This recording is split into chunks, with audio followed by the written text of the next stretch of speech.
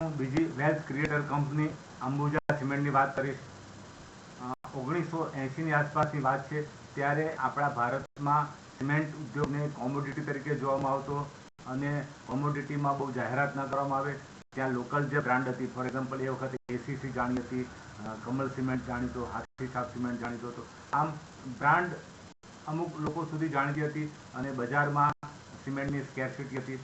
1982ની આસપાસ સિમેન્ટ લેવો એટલે બહુ મુશ્કેલ ગણાતું, કારણ કે એમાં ક્વોલિટી કરતાં જે કંટ્રોલ હતો, સરકારી કંટ્રોલ હતો કે અમુક જ ગુણ સિમેન્ટ તમને મળી શકે, ત્યારે પુષ્કળ પ્રમાણમાં કાળા બજાર પણ થતું હતું અને લોકોએ ઓન આપીને સિમેન્ટ ખરીદવો પડતો હતો. તો તે સમયે 4-5 મોટા પ્લેયરની જ મોનોપોલી ચાલતી હતી. આ સમયે 1982ની આસપાસ અંબુજા સિમેન્ટના નિર્માણની વાતો થઈ. અંબુજા સિમેન્ટે એમનો ફર્સ્ટ પ્લાન્ટ કોડીનાર ખાતે શરૂ કર્યો સૌરાષ્ટ્રમાં અને 1985માં એનો પબ્લિક ઇસ્યુ આવ્યો. અને આ કંપનીએ ખરેખર સિમેન્ટ ઇન્ડસ્ટ્રીની એક દિશા બદલી નાખી. ત્યાં સુધી કોઈ મોટી જાહેરાત નથી કરતા. આ કંપનીએ આવતાની સાથે જ બહુ મોટી જાહેરાત પેપરમાં કરવાની ચાલુ કરી. તેનું નામ આપ્યું આઈ કેન, હું કરી શકું છું. અને એનું સ્લોગન હતું આઈ કેન. નો મતલબ એવો હતો કે જો તમે મેનેજમેન્ટના સિદ્ધાંત પ્રમાણે કોઈ વ્યક્તિને તમે ઓર્ડર આપો છો કે આ કામ કર, તે કામ કર, તો એ ઓર્ડર પ્રમાણેનું જ કામ કરશે. પણ જો તેને એકદમ મુક્તપણે કહેવામાં આવશે તું તારી જાતે કામ કર, તો એ વધારે સારું કરી શકે. એટલે અંગ્રેજીમાં વાક્ય હતું, if you give orders to a man he will do reasonably well, but if you give him freedom he will do better. એટલે આ કંપનીએ આ સિદ્ધાંત શરૂ કર્યો અને કંપનીએ છેલ્લા 30 વર્ષમાં જે પ્રગતિ કરી છે અસાધારણ છે. વૈશ્વિક સ્તરે આવી સિમેન્ટ કંપનીઓ બહુ ઓછી હોય છે કે આવી પ્રગતિ કરે, અને તેણે માર્કેટ કેપ્ચર કરવામાં પાછું વળીને જોયું નથી.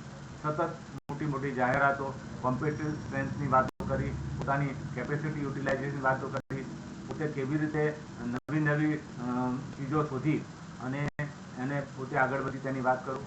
મને યાદ છે કે ઇન્ડિયામાં સૌ પ્રથમ વખત અંબુજા સિમેન્ટ કંપની હતી કે તેણે વિચાર્યું કે સિમેન્ટને પાઇપલાઇન દ્વારા મુંબઈ ખાતે પહોંચાડી શકાય. એમનો પ્લાન્ટ સૌરાષ્ટ્રના કિનારે હતો અને જ્યારે મુંબઈ જે માર્કેટ છે સિમેન્ટનું એ ખૂબ મોટું છે, તો જેને ટ્રક દ્વારા અત્યાર સુધી લઈ જવામાં આવતો હતો તેની જગ્યાએ સિમેન્ટને તેમને પાઇપલાઇન દ્વારા મોકલવાનું શરૂ કર્યું. આ એકદમ ઇનોવેટિવ આઈડિયા હતો, જેના કારણથી ખર્ચમાં બહુ મોટો ઘટાડો થયો. કંપનીની જે પ્રોડક્ટ છે એ પ્રોડક્ટ વધારે વેચવા મળી, કારણ કે એને સિમેન્ટને ઇઝીલી પાઇપલાઇન દ્વારા મુંબઈ પહોંચાડવામાં આવી અને તેના કારણથી તેના વેચાણમાં ખૂબ વધારો થયો.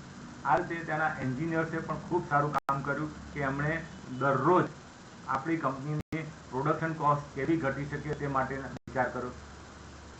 સિમેન્ટ ઇન્ડસ્ટ્રીમાં સૌથી મોટો ખર્ચ વીજળી ખર્ચ હોય છે, તો તેના એમ્પ્લોયીએ વીજળી ખર્ચ ઘટાડવા માટે અને એમાં સંશોધન કરી ઇમ્પ્રુવમેન્ટ લાવવા માટે એટલા બધા પ્રયત્નો કર્યા કે વૈશ્વિક સ્તરે સિમેન્ટના વીજળીની ખપત સૌથી ઓછામાં ઓછી અંબુજા સિમેન્ટ. આમ ઘણા બધા રેકોર્ડ કંપનીએ બનાવ્યા અને એ કંપનીએ આ બાબતમાં જે પ્રોગ્રેસ કરી તેનો લાભ તેના શેરહોલ્ડરને ખૂબ પ્રમાણમાં આપ્યો.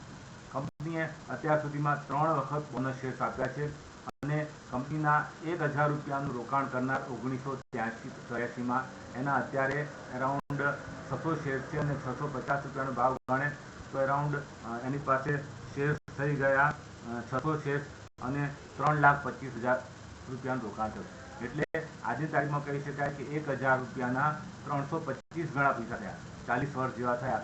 40 વર્ષમાં 325 ગણા પૈસા થયા અને જે સતત ઊંચા બોનસ આવ્યા, ડિવિડન્ડ આવ્યું, એ અલગ.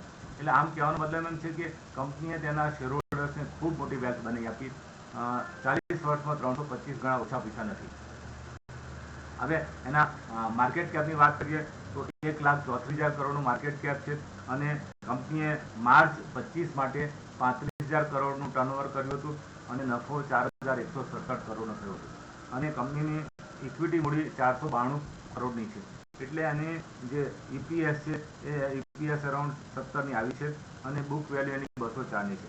એટલે આમ કહી શકાય કે કંપનીએ જે પ્રોગ્રેસ કરી તેનો લાભ તેના શેરહોલ્ડર્સને પૂરતા પ્રમાણમાં મળે છે. અને મને પર્સનલી લાગે છે કે સિમેન્ટ ઇન્ડસ્ટ્રીમાં આ એક જ કંપની એવી છે કે જેણે ફૂલ એડવર્ટાઇઝમેન્ટ કરી અને પોતાની બ્રાન્ડ એવી બનાવી કે જે ગામડે ગામડે આપણે જોઈ શકીએ. આમ ઇન્વેસ્ટર માટે મોટી વેલ્થ બનાવનાર કંપની બની. Thank you.